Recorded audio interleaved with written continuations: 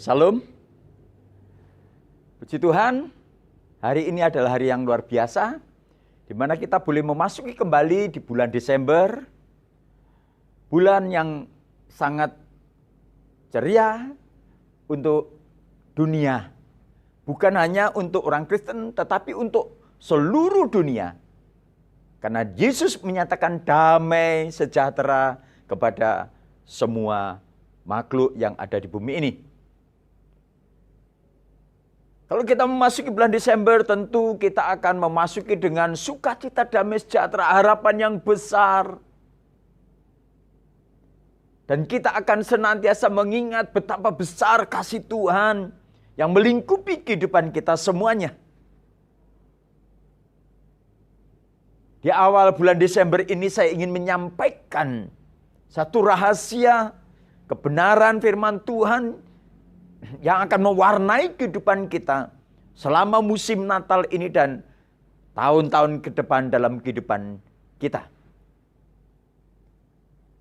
Di tengah pandemi COVID-19 ini, saya ingin menyampaikan sesuatu yang sangat luar biasa, berita yang sangat besar.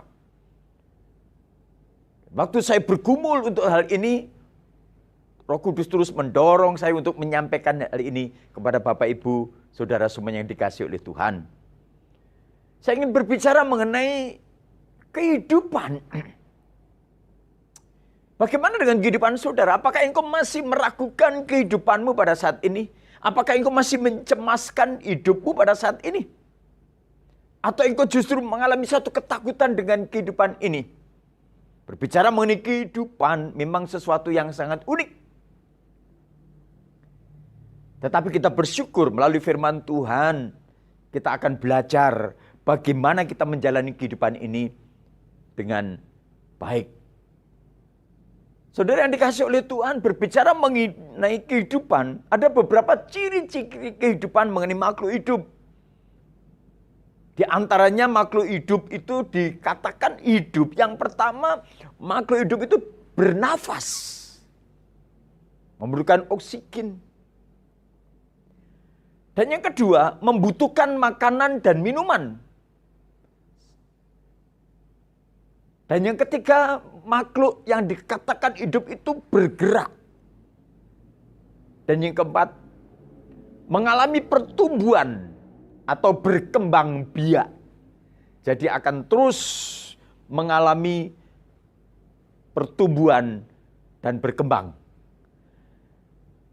Dan yang selanjutnya ciri daripada makhluk hidup itu adalah dia berkembang biak atau bereproduksi.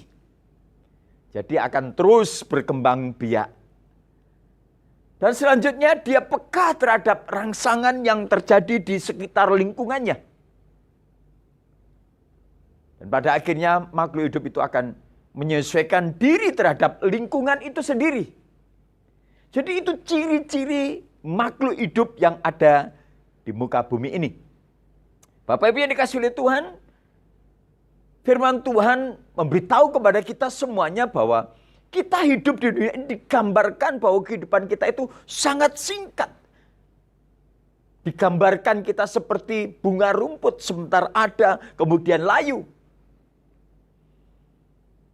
Dan pada saat ini saya ingin menyampaikan kepada kita semuanya rahasia kehidupan kita ini. Saya akan membacakan firman Tuhan yang terdapat di dalam Injil Yohanes pasal 10 ayat 10 yang mengatakan, "Aku datang supaya mereka mempunyai hidup dan mempunyai dalam segala kelimpahan." Alkitab memberitahu kepada kita semuanya ada dua jenis kehidupan, yaitu kehidupan jasmani dan rohani.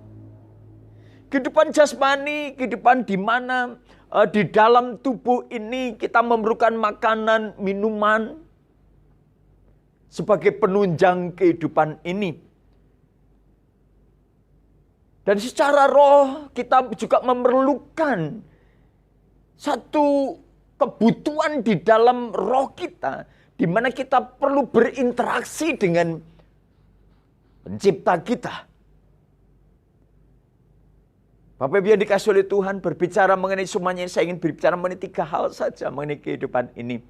Yang pertama, saya ingin berbicara kepada kita semuanya bahwa segala sesuatu kehidupan makhluk yang ada di muka bumi ini diciptakan oleh Yesus Kristus. Saya ingin bacakan firman Tuhan. Segala sesuatu dijadikan oleh Dia. Dan tanpa Dia tidak ada satupun yang telah jadi dari segala yang telah dijadikan.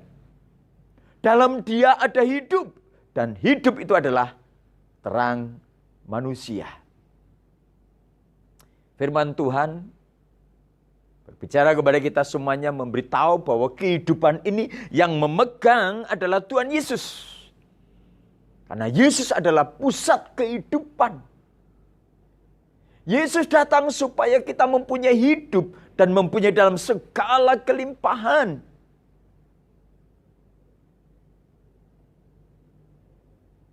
Semenjak manusia jatuh dalam dosa, manusia kehilangan kemuliaan Allah, terputus hubungannya dengan Allah. Dalam hal ini diperlukan satu pengantara. Oleh sebab itu Yesus yang dari surga punya inisiatif untuk datang ke bumi ini. Datang ke dunia ini. Sehingga setiap kita yang percaya boleh menerima hidup yang kekal. Dan Yesus datang itu membawa damai.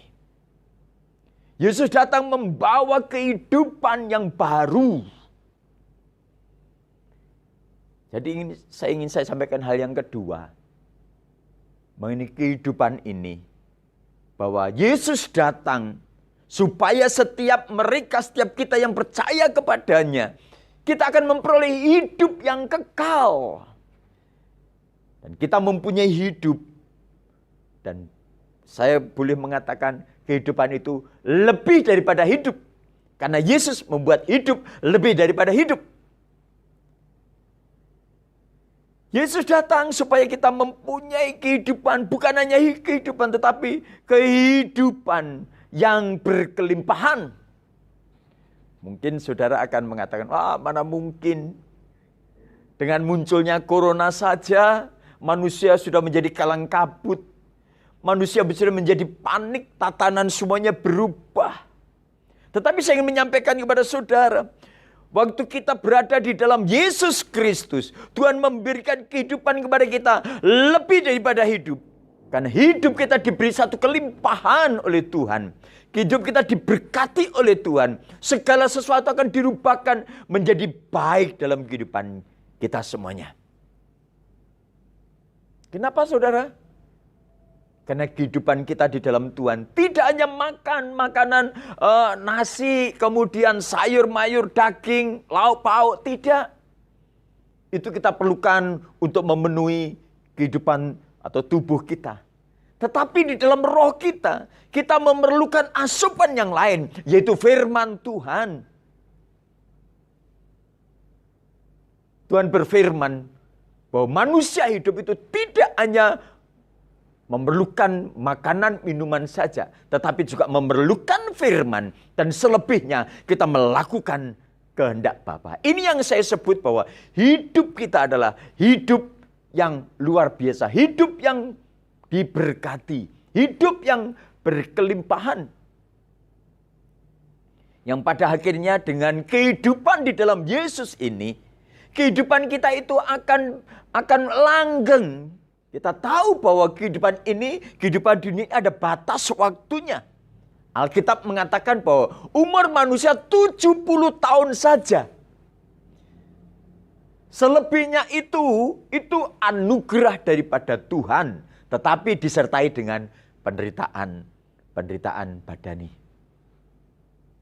Kalau pada saat ini kita umurnya sudah 68 tahun. Saudara, kita masih diberi kesempatan oleh Tuhan beberapa tahun lagi untuk menikmati fellowship bersama dengan Tuhan. Fellowship dengan orang-orang yang kita kasih. Persekutuan bersama-sama dengan family, dengan saudara, dengan sahabat, dengan teman-teman. Tetapi Alkitab mengatakan bahwa umur manusia 70 tahun saja. Selebihnya itu masih ada, mungkin Tuhan masih izinkan kita menikmati kehidupan. Tapi disertai dengan berbagai macam penderitaan. Namun demikian, kita sebagai anak Tuhan tetap dilingkupi dengan kasih karunia. Kita masih bisa menghasilkan buah. Karena hidup kita, hidup yang berkelimpahan. Dan saya ingin menyampaikan yang ketiga, bahwa sesudah kita menikmati hidup yang berkelimpahan di dunia ini, kita masih akan dilanjutkan dengan kehidupan yang kedua, yaitu hidup yang kekal di dalam Yesus Kristus.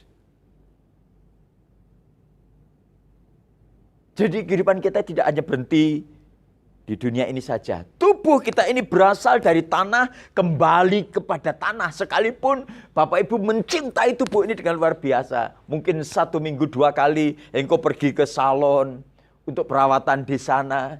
Tetapi kalau tiba saatnya nanti, tubuh kita ini akan kembali kepada tanah. Dan roh kita akan kembali kepada Tuhan. Untuk hal ini kita harus menyadari bahwa masih ada kehidupan yang kedua. Dan kehidupan yang kedua ini juga dibagi menjadi 2, yaitu hidup yang kekal dan mati yang abadi. Hidup yang kekal itu di dalam Tuhan harus melalui satu proses yang namanya lahir baru. Kita hidup di dalam Tuhan, menerima Yesus, kemudian kita lahir baru, kemudian kita hidup dalam kebenaran firman Tuhan. Pada akhirnya itu akan mengantar kita untuk masuk dalam kehidupan yang kekal. Jadi Bapak Ibu yang dikasihi oleh Tuhan, ini sungguh luar biasa. Oleh sebab itu pada saat ini senyampang, mumpung kita masih ada kesempatan menikmati hidup, kita menikmati bersama dengan Tuhan. Karena Tuhan berjanji bahwa kita akan diberi kelimpahan oleh Tuhan. Kita akan diberikan sesuatu yang baik yang datangnya dari Tuhan. Kita diberkati oleh Tuhan. Dalam segala pancaroba kehidupan kita, kita akan menikmati kebaikan Tuhan. Berkat Tuhan yang sungguh luar biasa. Sesuatu yang baik akan selalu datang dalam kehidupan kita. Kalau memang Tuhan izinkan kita menghadapi segala sesuatu, kita mengucap syukur. Karena dalam mengucap syukur itu, Tuhan bisa merubah sesuatu yang tidak baik menjadi baik. Kita harus berkarya, kita harus menghasilkan buah supaya orang lain bisa menikmatinya dan nama Tuhan dipermuliakan. Kalau pada saat ini engkau masih dalam usia produktif, engkau harus kerja keras. Kita harus kerja keras, kita harus mencapai kemaksimalan hidup kita. Karena Tuhan memberkati kita. Tuhan memberkati saudara. Lakukan yang baik, yang berkenan kepada Tuhan. Dan saya yakin Tuhan akan memberkati saudara semuanya. Puji nama Tuhan, biarlah melalui renungan firman Tuhan ini, kita boleh memasuki musim Natal ini dengan sukacita. Kabar baik yang datang daripada Tuhan. Tuhan Yesus menyatakan kasih-Nya kepada kita semuanya. Sehingga hidup kita boleh mengalami sukacita dan diberkati oleh Tuhan. Puji nama Tuhan, Tuhan Yesus memberkati.